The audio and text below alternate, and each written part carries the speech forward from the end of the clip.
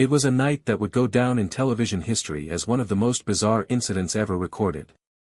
On April 15, 1987, two local stations in Chicago were hijacked by an unknown perpetrator, who broadcast a surreal and anarchic video featuring Max Headroom, a popular TV personality.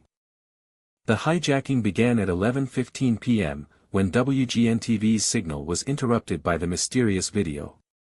The footage showed Max Headroom's face morphing into a grotesque parody of himself, with his eyes bulging out and his skin turning green. The hijacking continued for over an hour, with the perpetrator broadcasting several segments, including a bizarre anti-corporate rant and a parody of a popular commercial. The video was eventually cut off at 12:30 a.m.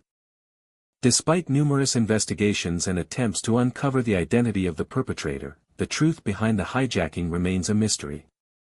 To this day, the case remains one of the most intriguing unsolved puzzles in television history. On July 7, 1987, detectives began reviewing the evidence from the Max Headroom incident. They scoured through hours of security tape, searching for any clue as to who was behind the hijacking. The footage showed a masked intruder breaking into a Chicago TV station, but it offered little in terms of identifying the perpetrator. The FBI worked closely with local authorities to create this composite image from eyewitness descriptions. However, despite extensive media coverage, no one came forward to claim responsibility or provide any meaningful leads. The image remains a haunting reminder of the case's unsolved nature. Detective James Kelly recalls the frustration felt by investigators as they struggled to piece together the events surrounding the Max Headroom hijacking. "We had so many leads, but none of them panned out," he said. The lack of progress weighed heavily on the team's morale.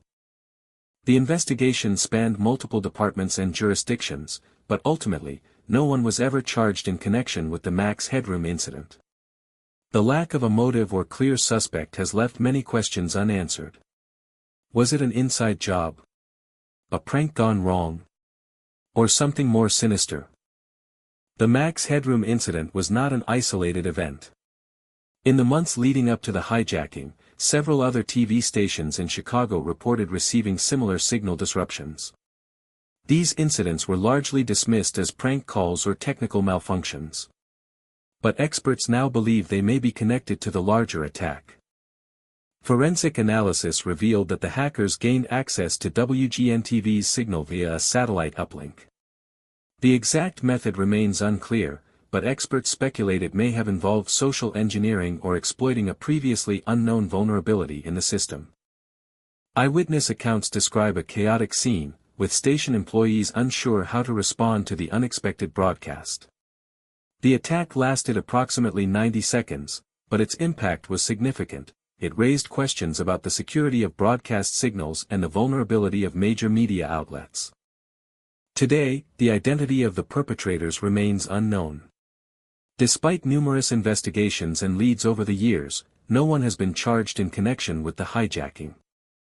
Theories abound, some pointing to disgruntled employees or pranksters, while others suggest more sinister motivations.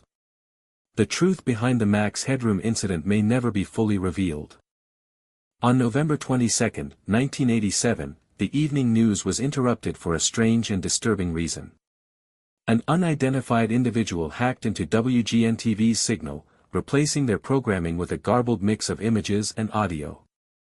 This marked the beginning of the Max Headroom incident. The hijacked broadcast was recorded by multiple viewers and later analyzed by investigators. The quality of the recordings varied, but all shared one striking similarity: the presence of an unauthorized image overlay. This signature was a distinctive aspect of the hackers' modus operandi. As investigators delved deeper into the incident, they discovered that the hijacked broadcast was likely created using a Commodore Amiga computer. This was a powerful machine for its time, capable of producing high-quality video and audio. The Max Headroom incident remains one of the most bizarre cases of signal jamming in history. With no clear motive or suspect, investigators were left scratching their heads. The hijacking seems to have been a carefully planned operation, but the identity of those responsible has remained elusive for decades. Despite decades of investigation, the Max Headroom incident remains one of the most bizarre and intriguing unsolved mysteries in media history. Theories abound, from disgruntled employees to pranksters with a penchant for high-tech hacking. Yet, the truth behind this hijacking remains elusive. As we close this chapter, we're left wondering, what if it's not about solving the case at all? The Max Headroom incident has become a cultural touchstone, symbolizing the dark side of our obsession with technology. Its impact on media and law enforcement was profound, forcing us to reevaluate our approach to cybersecurity and broadcasting. As we close this documentary, let's remember the haunting final words spoken by the hijacker: "Get smart." It's a reminder that in an era of rapid progress, sometimes the most pressing question is not, how did it happen, but what have we learned from it?